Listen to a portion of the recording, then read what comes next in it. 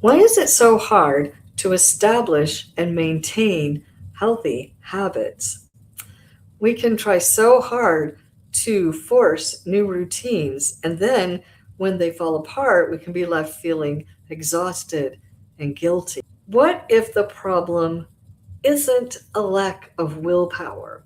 What if we are just starting in the wrong place? In my last video, I talked about how I had recently fallen off the wagon, so to speak, with a fitness routine that I had tried to start earlier this year.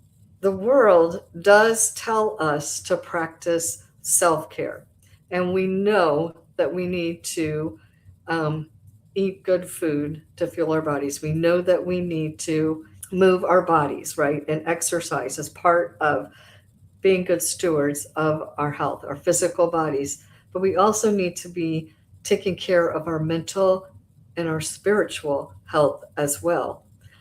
And the worldly idea of taking care of our bodies can kind of lean towards idolizing our bodies and doing it for purposes of how we feel and how we look. That's a biggie right there, which can lead us into idolatry. We know that our hearts are idol factories, so it's super, super easy to let anything in our lives slip into idolatry. And this happens in our stewardship as well. Now, 1 Corinthians 6 tells us that our bodies are temples of the Holy Spirit, bought at a price. And that price was paid on the cross for us. But we also have to understand that there is a hierarchy here. In 1 Timothy 4:8, we read that bodily training is of some value, yes, but godliness is of value in every way. So, what does that mean? Our physical health does matter, but it is not the ultimate goal. We don't steward our bodies in order to look a certain way. We steward them so that we have the energy and the endurance to love God with our whole heart, to raise our families well, to love and to serve our neighbors. These are all our purposes, the reasons that we are here and where God has planted us. We want to treat our body as an instrument, a vehicle for living out this life and the purpose that God has given us, not as an idol. So, back to my question, why do healthy habits feel so impossible sometimes? I'm going to say that it's probably coming from issues with our mental and our spiritual foundation. The mind commands the body. Our ability to make choices and take action is coming from our thinking. So before we try to overhaul our diet or our workout schedule, we need to renew our minds. Romans 12 reminds us to be transformed by the renewing of our minds. This is why in my health stewardship framework, I have the mindset pillar as the very first pillar, and it is plugged in to the foundation of faith, our relationship with our Creator. And this is going to empower all of our stewardship. What does it look like to renew our mind?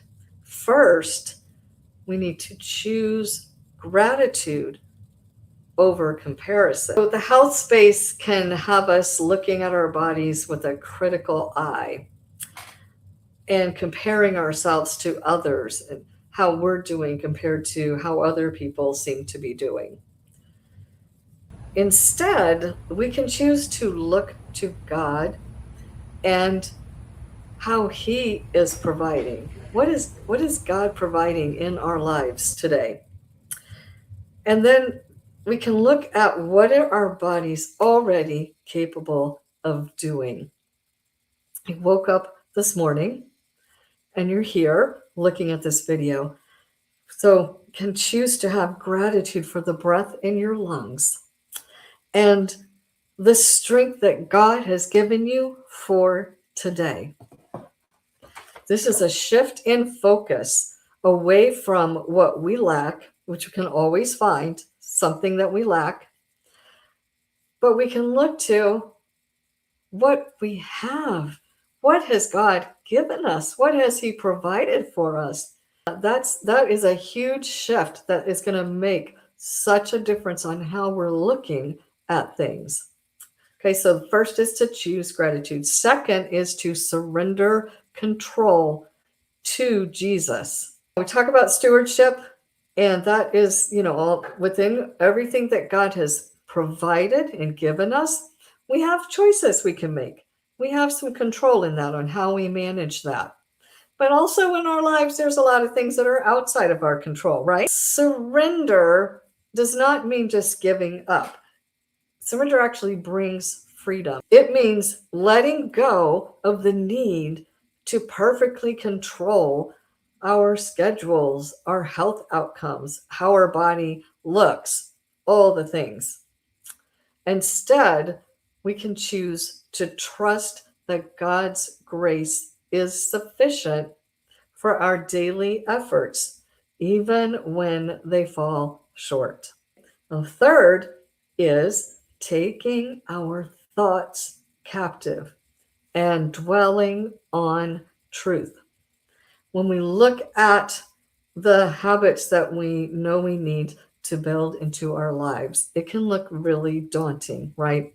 Looking at the exercise that we need to be doing, the meal planning, and the foods that we want to bring in, making changes to what we're eating. As we're looking at these things, it can feel overwhelming, and our minds can immediately start running the lies, right? Like, we don't have time for this. This isn't sustainable. Cannot do this. This is too hard. It's not going to work. All of those kinds of thoughts, in whatever form they come in. But we need to intercept those thoughts and replace the lie that I have to do all this perfectly with the truth of I can do all things through Christ who strengthens me, one small step at a time. And when our minds are clouded by the anxiety and the stress and all of the lies that we're telling ourselves or that we're hearing even coming from the world, we don't have the mental clarity to pray, and we lose the motivation to keep going or to take that next step. Just to get up and to move. Tending to our mindset, our mental health can clear that fog so that we can actually see God's provision and His purpose for where we are right now today. An essential part of renewing our mind is making it a priority to be still and to know God. That is why we're here. He has made this world and put us in it so that we can know Him. And He is our source of life, of joy, of strength to even take that next step and do that next thing. So it is absolutely essential that we are spending some time with Him. And remember, we do not have to be perfect.